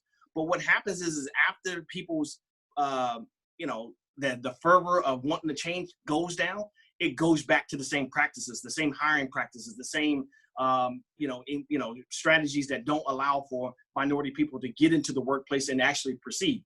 So we'll hire a D&I coordinator, but guess what? That person has no ability, no authority, no budget to do anything. And when they go and address the barriers that are in place, guess what happens? That report is told very clearly, bury that report, get rid of that report, whitewash that report, or guess what? You're going to need to leave because I don't need that kind of negative press out there talking about my organization. So if we really want to talk about equity and employment, we got to really get after the hiring and recruiting practices, the retaining practices of organizations, public and private, and demand more accountability in those practices. Because right now we can look at the state organizations, because you can pass up a state law. But what do you do about the public organizations that don't have anyone, not even just their C-suite, but even in the upper management? So there's more conversation that needs to be had, and we need more practitioners in the workplace talking about more than just laws, but getting after the culture of the organization that creates these issues. Thank you so much for sharing. And I think, just looking at it in diverse ways and seeing, different funds that are coming up now in order to kind of diversify employment and things like that, it is crucial that we, don't just take, these statements made by these big corporations and big companies to hearsay. Like, I need you to put your money where your mouth is. If you really want to have an inclusive workforce for people of color who are, ready for this type of positions, equipped for this, it is time for you to put your money where your mouth is and actually bring that change. And not just one person, not just, like you said, not the token one, but across all boards.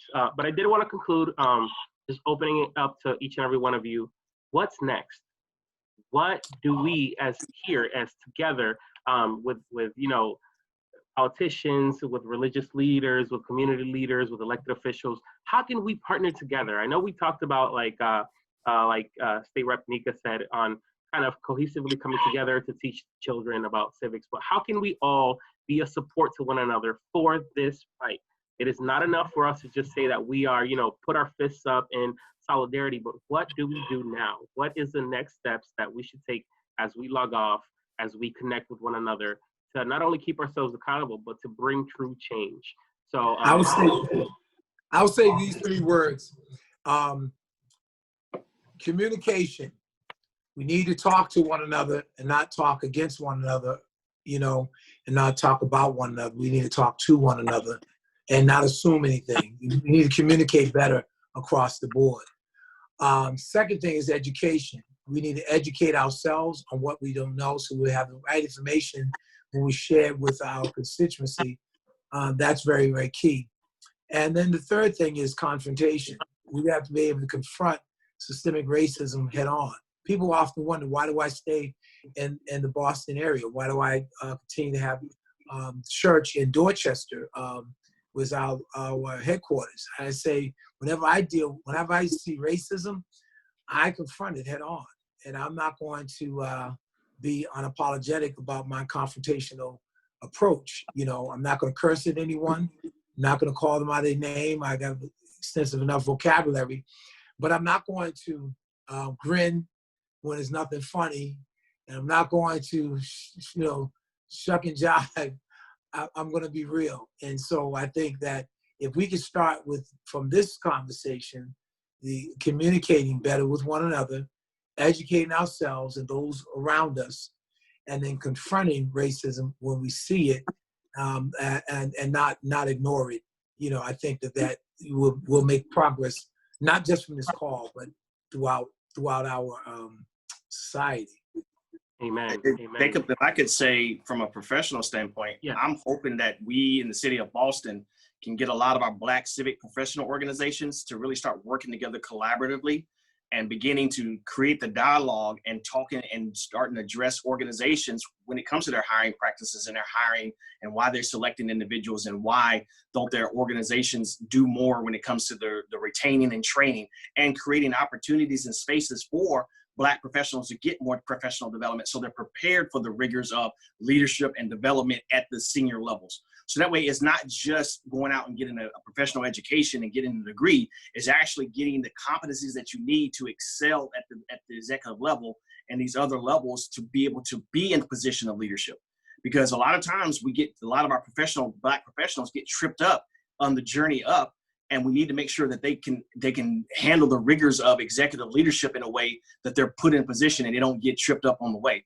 So I'm hoping that a lot of our Black civic organizations can come together and start developing those opportunities within the city of Boston to say, listen, we're going to create these professional forums for you. We're going to create these lunch and learns on different topics that help you and your competency to get better team builder, better leader, better communicator, better strategic thinker. All those things matter when it comes to the professional workforce and being more globally minded when it comes to leading an organization and not hoping for just a job or just trying to get into the door, that you're competent and that you have the abilities to do and lead effectively in the workforce. Definitely. How about you, State Rep Nika? I know that you guys are, pushing forward a lot of legislative moves and have great plans in mind. So if you want to share on what can we do from here, how can we continue supporting you in this search for change and search for justice? Well, we have two different tracks going on, three really, with the Massachusetts electeds of color. So one being federal, led by Ayanna Pressley, who's our Boston elected of color in DC. And then the municipal, which our city councilors led by President Kim Janey have put forth an agenda that many of us have signed on to. And I can't tell, not being a city councilor, but it seems like there's not like a full-on embracing of that agenda yet by our mayor. And so holding them accountable at the federal and the city level to get those things done. At the state level, I can say it's a little bit different in the short term. There is a very public embracing by especially the Senate President and the House Speaker of the 10 points. And they have committed to getting all of our 4 state 10 points done. But those 10 points are focused on very short-term policing changes that need to be done. So use of force law, Commission on Structural Racism, police certification and decertification, and the civil service exam that systematically shuts out community and Black and brown people from becoming police officers and other civil service jobs. But there's a longer term that goes outside of those stereotypical issues. And there has already been bills filed for years that have been ignored for years by that same leadership that is right now saying, the Speaker of the House, I have heard no less than 4 times in the last 2 weeks say, we need to dismantle structural racism. And 2 of those times he said, that's not just about policing, it's also about housing, economic development, etc. Now they are saying the words. So next step is define those words for them because they do not know what they mean. So we're working on that with your help, watchers, everybody you're connected to. But we cannot let them slide when the next big Donald Trump shoe or whatever, the next COVID or whatever the next thing is that comes, and everybody who's not us gets to forget how hard it is to be Black in America. And they move on. We cannot let them move on. We cannot let the protests stop. We cannot let the diplomacy stop. We cannot let we got to pull out everything. So if you don't like that somebody is throwing bombs as part of the war, but they're fighting for the same mission, suck it up and support that person. If you don't like that somebody is negotiating because you want to throw bombs, suck it up and support that person. We need to all pull in the same direction right now. We do not have time to be fighting each other. I don't care how bad the mistakes are we're making. And that means we need the voices of every single person who was willing to fight to be heard and uplifted. And we need to make sure that in January of 2021 and in January of 2022, all of those forces are still on the ground. Whether you got your troops that are the guerrilla troops, whether, you know, Julia said, I'm not going to change who I am. Nobody needs to change who they are right now. I don't care if you're quiet or loud. You don't have to be like Julia. You don't have to be like Stephanie. You don't have to be like me. You don't have to be a brainiac. You don't have to be charismatic. Do what you do, and we got to support each other. As far as I'm concerned, if you have a black and brown face and your mantra is, I'm dismantling structural racism, I don't care if you know what you're doing. We need every single boot on the ground. And we got to stick together and not let anybody divide us no matter what. And if we do that, our grandchildren will be looking at how we were today like it was the Dark Ages. How was y'all living like that? Because they will be leading in a world where structural racism is already coming apart.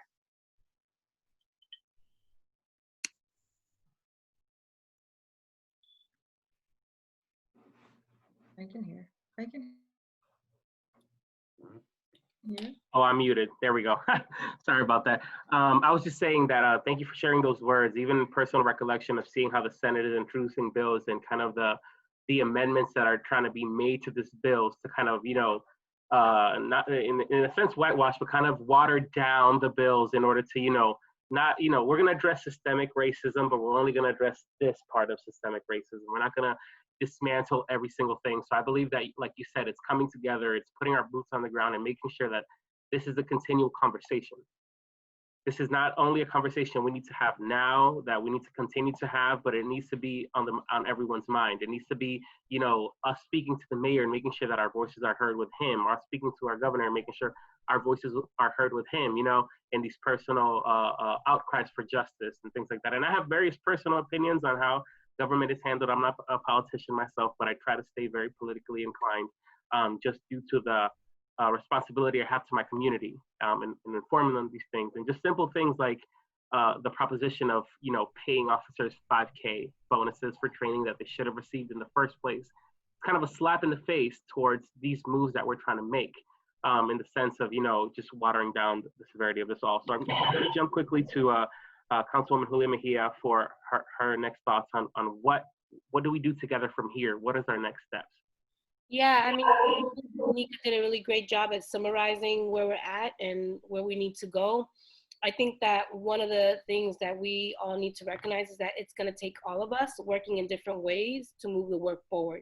So it just can't be on city officials, state or federal, that we also as community, as folks who are out here dodging these bullets and doing the work, living these realities, we also need to recognize that we have a role in to play in how we shift the work forward, and that accountability is 360, and we're all responsible for that, whether you're in the workforce development, whether you are a community resident, whether you're a parent. It's going to take all of us, you know, to move this mountain. But I think that that's the only way we're going to do this, is if we are committed to doing the work together. And like Nika said, regardless of whether or not you agree with someone or not, this is not about us versus them or having infighting within our own people. We need to be able to step to the side and recognize that we need to create space for all different diverse perspectives. Because I think that that's where the hard work really is listening to other people who may have a different opinion than you. And then how do you get to the middle? I think that is, we operate in a us versus them, in a all or nothing mentality, and that mentality doesn't get us anywhere, and these divide and conquer tactics aren't helping anybody. So we need to come to the table with recognizing, like I always say, all means all, and all of us have a role to play in this conversation. And so for me, what is next is creating these spaces, because I'm tired of having the conversation about the conversation about the conversation. Amen. I'm done. We already have the dialogue. We already know what's up. The question is, I would like to see us get to a point where we're building the actionable items, and that we have 3 outcomes of what this came out of this discussion, and that who's going to be doing what, and how we're going to hold ourselves accountable to the next steps. Like, I can no longer continue to just blah, blah, blah. I'm tired of it. I think we all are. So every conversation that we walk out of, here I am doing this, right? Every conversation that we're walking out of, we should walk out of these conversations with an action plan.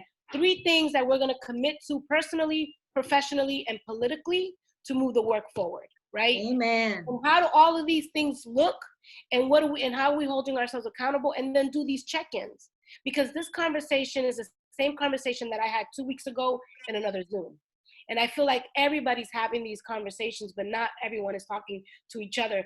As Bishop said earlier, it's like we're all talking at each other or about each other, but we're not talking with each other. And I think that that is why we keep going around on this merry-go-round, and I'm ready to get off of that and move on into action. And that's where I'm at right now in terms of, let's move it. Amen.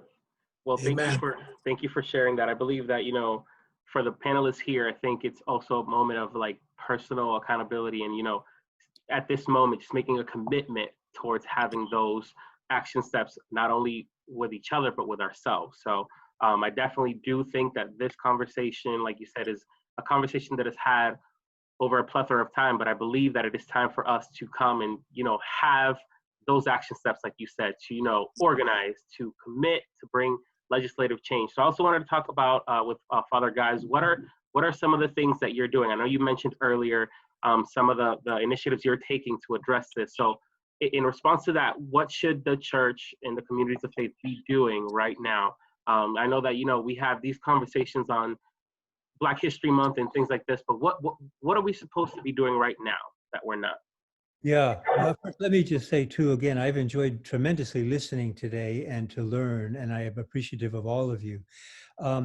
One thing that we're trying to do is, as I mentioned at the beginning, you know, we hold these conferences which are interfaith, open to all comers, and trying to educate people about the reality of the world in which we live in, the injustices. And in October, we really run during the academic year. So October, right before the national elections, we're going to hold a big, it'll be a webinar somewhat like this, with hopefully a very good response throughout the city.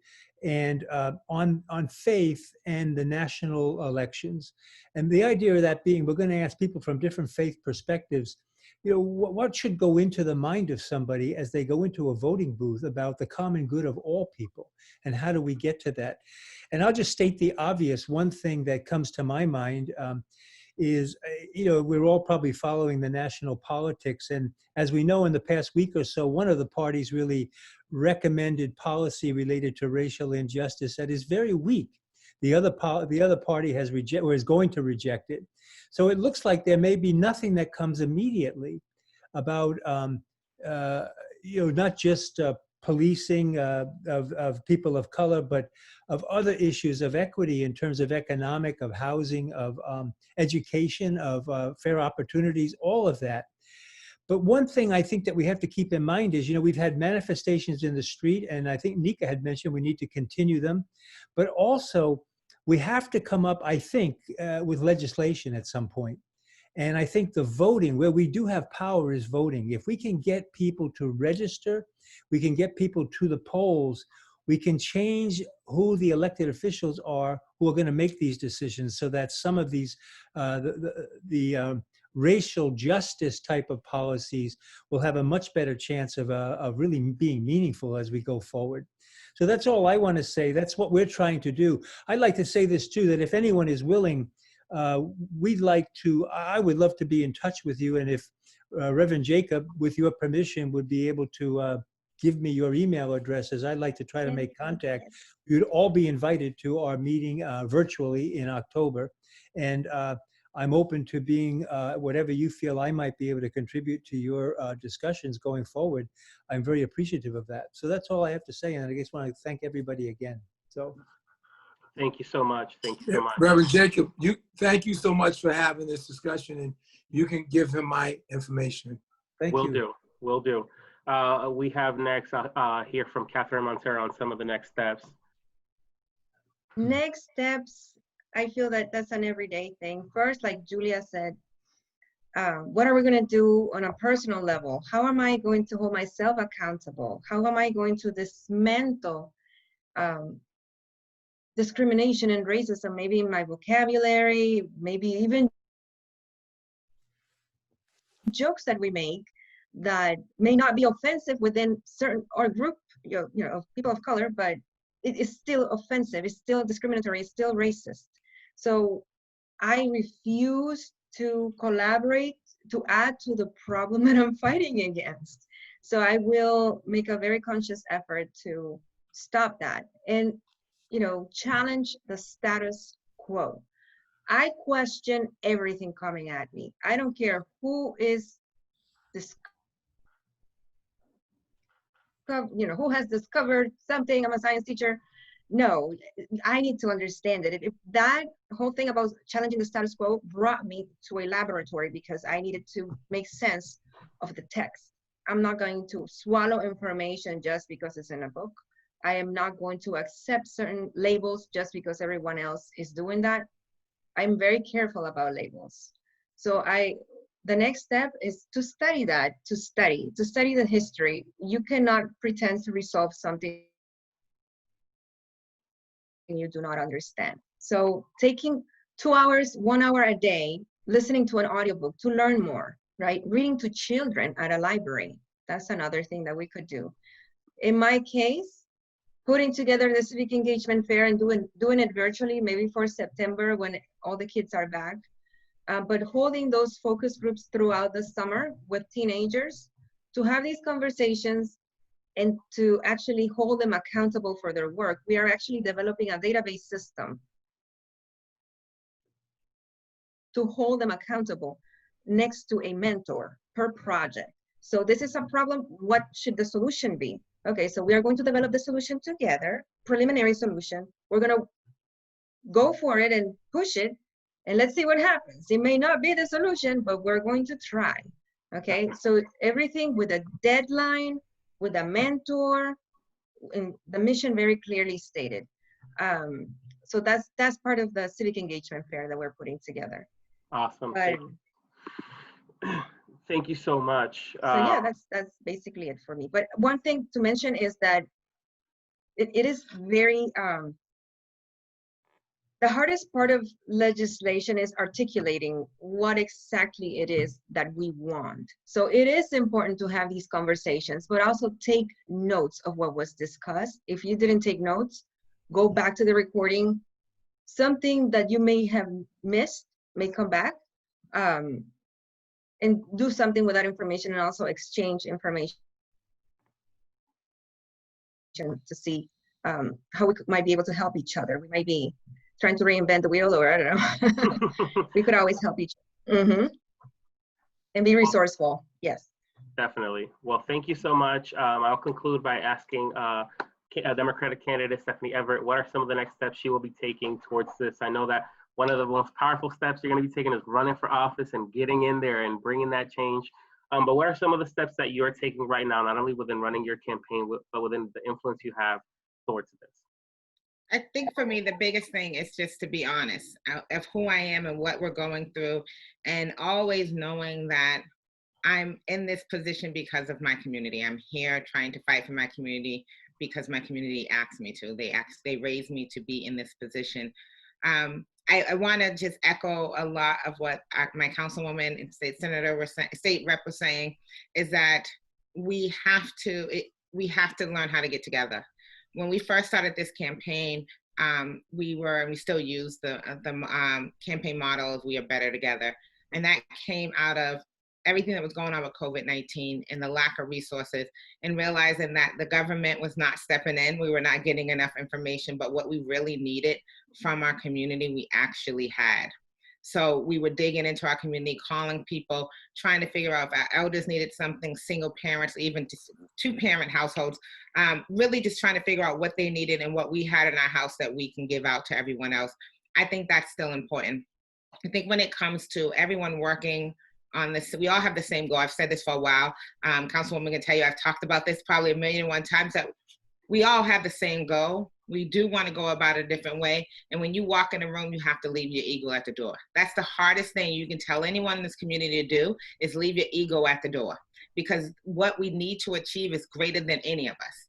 As State Representative Elugardo said, we're trying to make this better for our great-grandchildren, right? So our great-grandchildren can say, how could you live like this?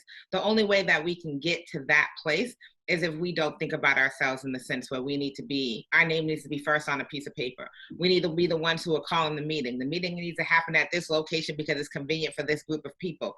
Those egos have to be left at the door.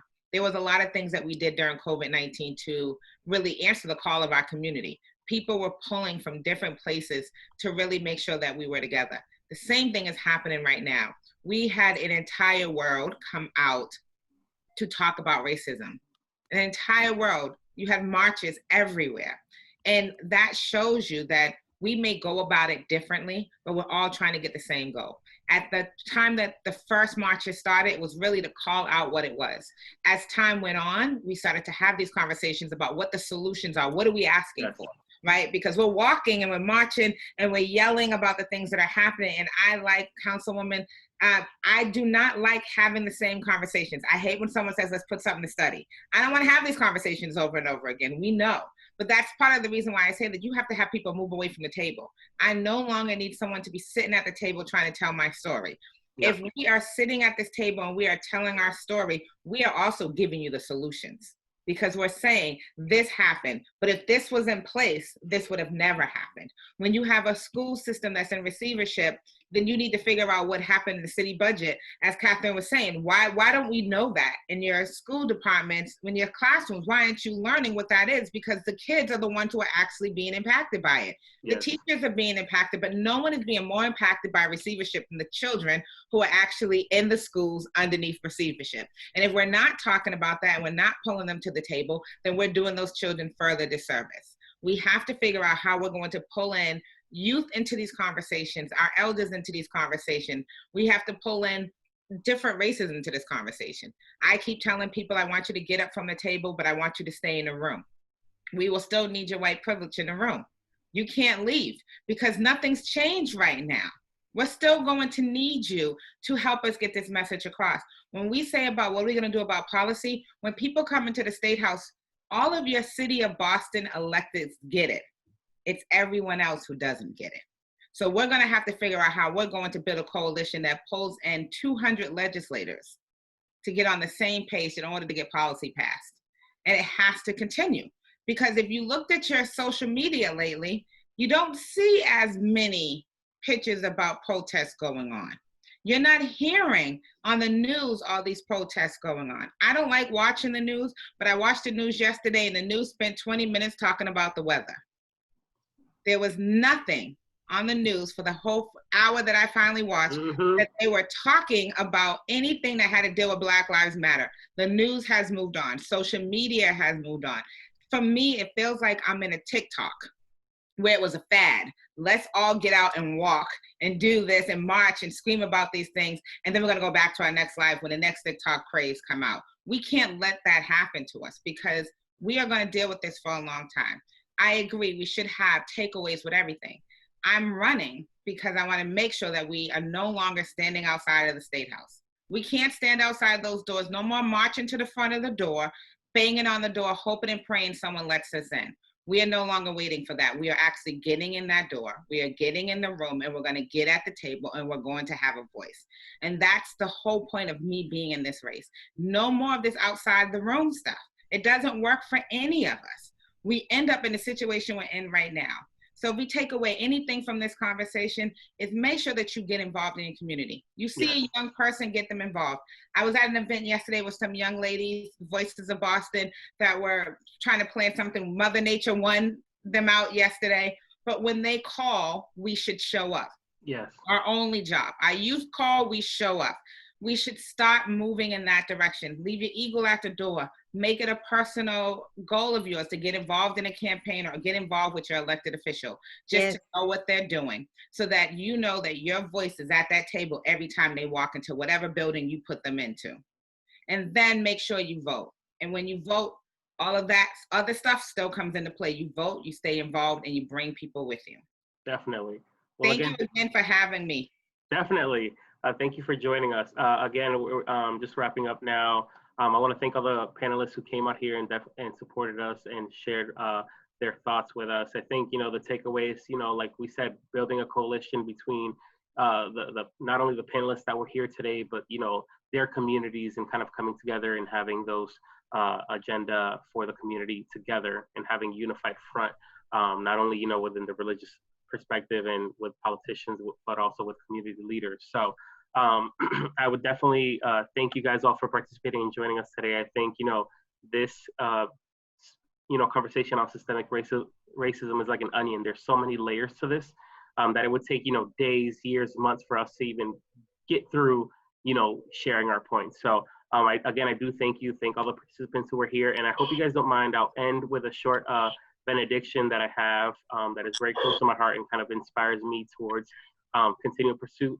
For those who don't know, I'm only 22 years old, turning 23. I'm a young, like you say, a young buck in all of this. So, went into ministry at 19. So it's been a joyride from there. Started young. So I've taken that baton towards change. So I want to end with this benediction. Again, thank you guys all for coming and participating. And it's the Franciscan benediction, and it goes like this. May God bless you with discomfort at easy answers, half truth, and superficial relationship. Discomfort so that you will live deep within your heart. May God bless you with anger at injustice, oppression, and the exploitation of people. Anger so that you will work for justice, freedom, and peace. May God bless you with tears to shed for those who suffer, tears for pain, tears for rejection, starvation, and war. Tears so that you will reach out and comfort them and turn their pain into joy. And may God bless you with enough foolishness to believe that you can make a difference in this world so that you will do what others claim cannot be done. Again, thank you for all the panelists who were here today. Thank you for joining us. And again, this is just the beginning. Again, my concept of this is kind of building a coalition between all of us to move in the same direction. But again, thank you guys all for joining us and taking time from your day. Thank you. God bless you. God bless you. Thank you. That was beautiful. Thank you so much. Thank you. Bye, you guys. Can you post that on your Facebook so I can remember? Yes, that was beautiful. Please do. That was will. beautiful. Definitely will. Thank you. Stephanie, I want to do phone banking for you. Thank you. You can sign up. I left my email and my phone number in the chat. All All right. Well, right. thank you guys all for Thank joining. you. Bye. Thank you. All right. Bye-bye.